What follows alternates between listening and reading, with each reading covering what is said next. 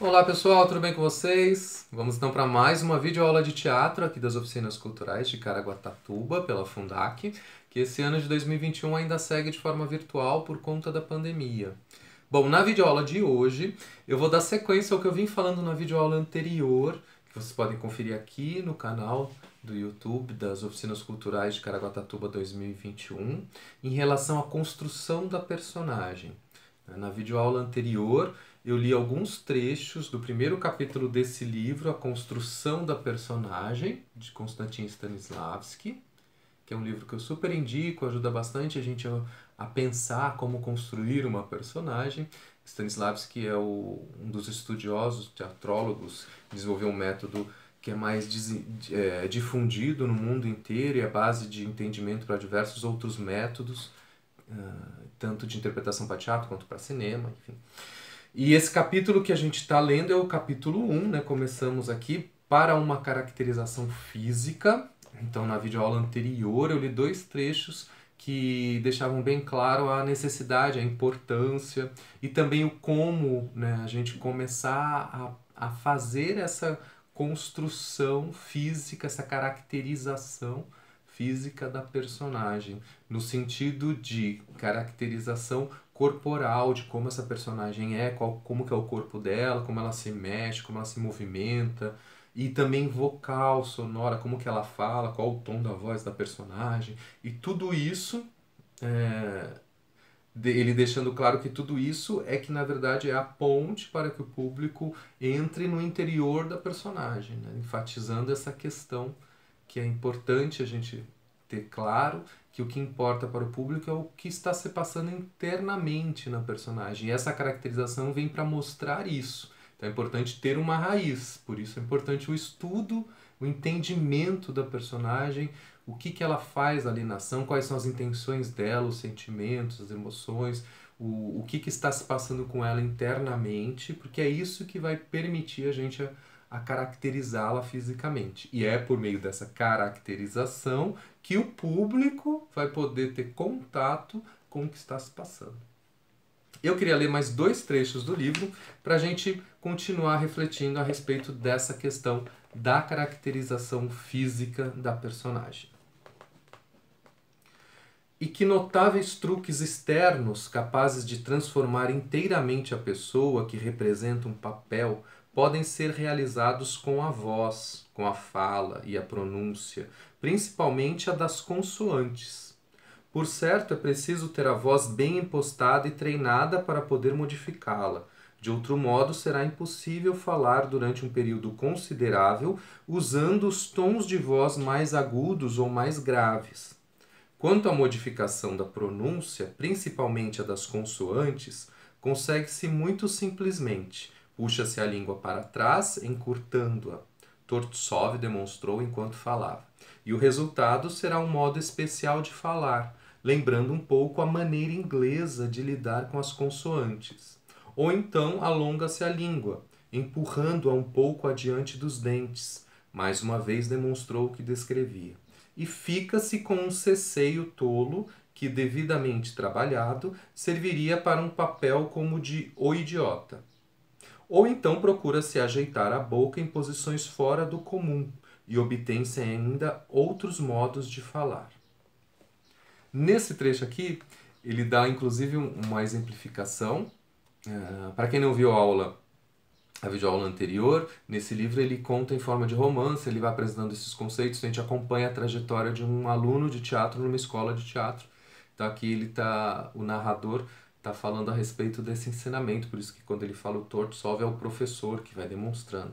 Mas é muito interessante notar duas coisas que são muito importantes. Uma delas é em relação aos treinamentos físicos, corporais, vocais. Então, quanto mais a gente faz exercícios de expressão corporal, expressão vocal, inclusive tem alguns exercícios que eu passei aqui que vocês podem encontrar nas videoaulas anteriores aqui no canal, de treinamento de articulação, de respiração, de vogais, né, de como que se abre as vogais, né, para a gente perceber as embocaduras de cada vogal, entender onde é o grave, onde é o agudo, e os exercícios feitos com frequência vão dando essa consciência do uso do aparelho.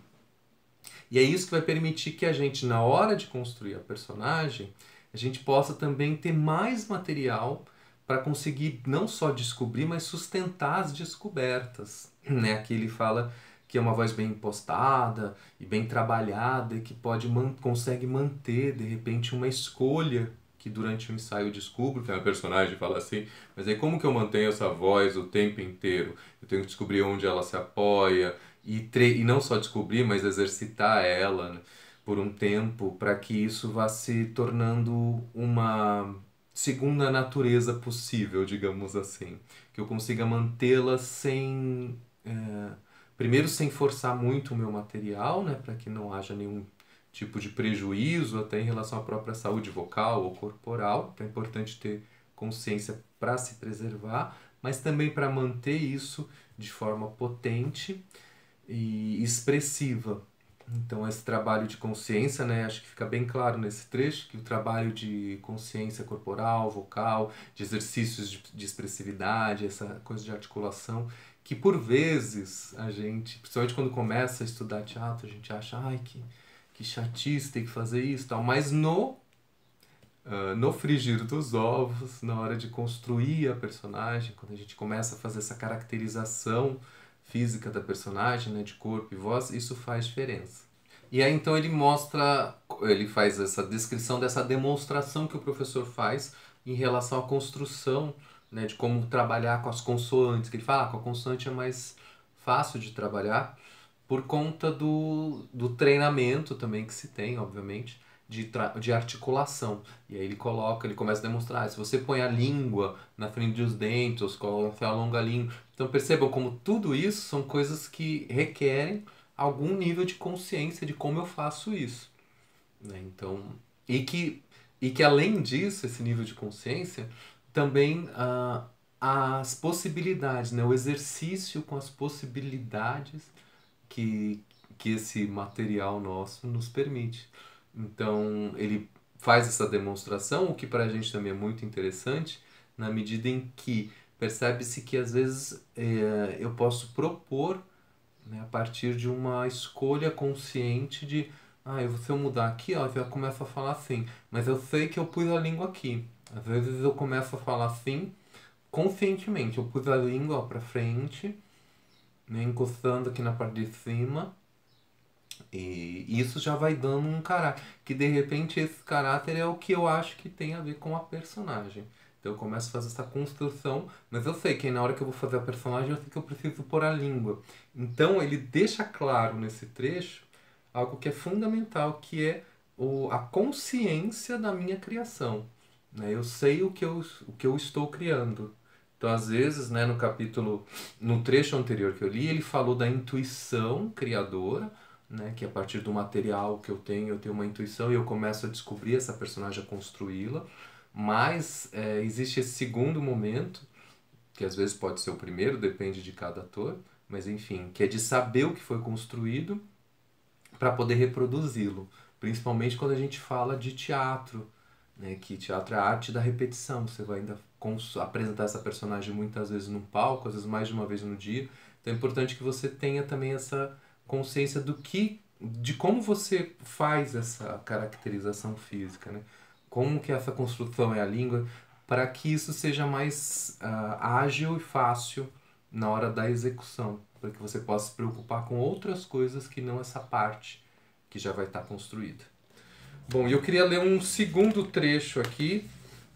Cada indivíduo desenvolve uma caracterização exterior a partir de si mesmo e de outros, tirando-a da vida real ou imaginária conforme sua intuição e observando a si mesmo e aos outros, tirando-a da sua própria experiência da vida ou da de seus amigos, de quadros, gravuras, desenhos, livros, contos, romances ou de algum simples incidente, tanto faz. A única condição é não perder seu eu interior enquanto estiver fazendo essa pesquisa exterior. Então, aqui nesse trecho, ele fala um pouco do que eu também já falei numa outra videoaula aqui que está presente aqui no canal, que é em relação a essa questão das referências. E aqui ele aponta que tanto a nossa vivência, como a gente age, né, como a gente fala, como a gente anda, tudo isso pode ser usado para essa construção, como também o que a gente observa dos outros. E os outros podem ser um amigo, um parente, alguém que de repente você não conhece, mas você vê passar na rua, você identifica, ah, aquele andar tem muito a ver, eu sinto, com a personagem. E aí começa a experimentar essa caracterização, né, para ver se ela cabe nessa construção de personagem que você está idealizando, né? E isso pode ser também não só na vida, né, no que você vê próximo, mas também em quadros, às vezes um livro que você lê que você imaginou a personagem de determinada forma, isso pode ser um referencial, um filme, né? Então todas essas imagens, por isso que é tão importante a gente se munir de referências, ir a exposições, assistir filmes, peças de teatro, ou ir observar o outro, né? A arte da interpretação é extremamente relacionada, fundamentalmente relacionada com a observação de si e do outro.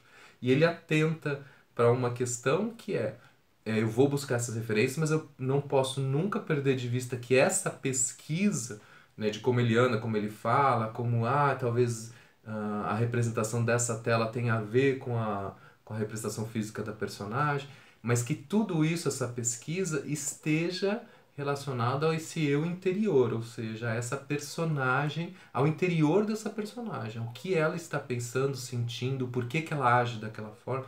Toda essa construção que é o caminho que o público vai acompanhar internamente da personagem tem que estar vinculada a essa pesquisa, para que possa se criar esse canal real, concreto, né, para que o público possa navegar para o interior da personagem. Certo?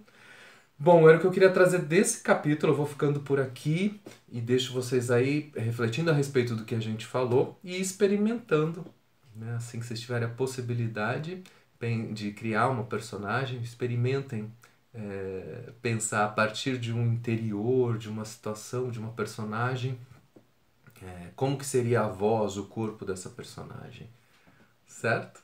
E a gente se vê então na próxima videoaula. Até mais!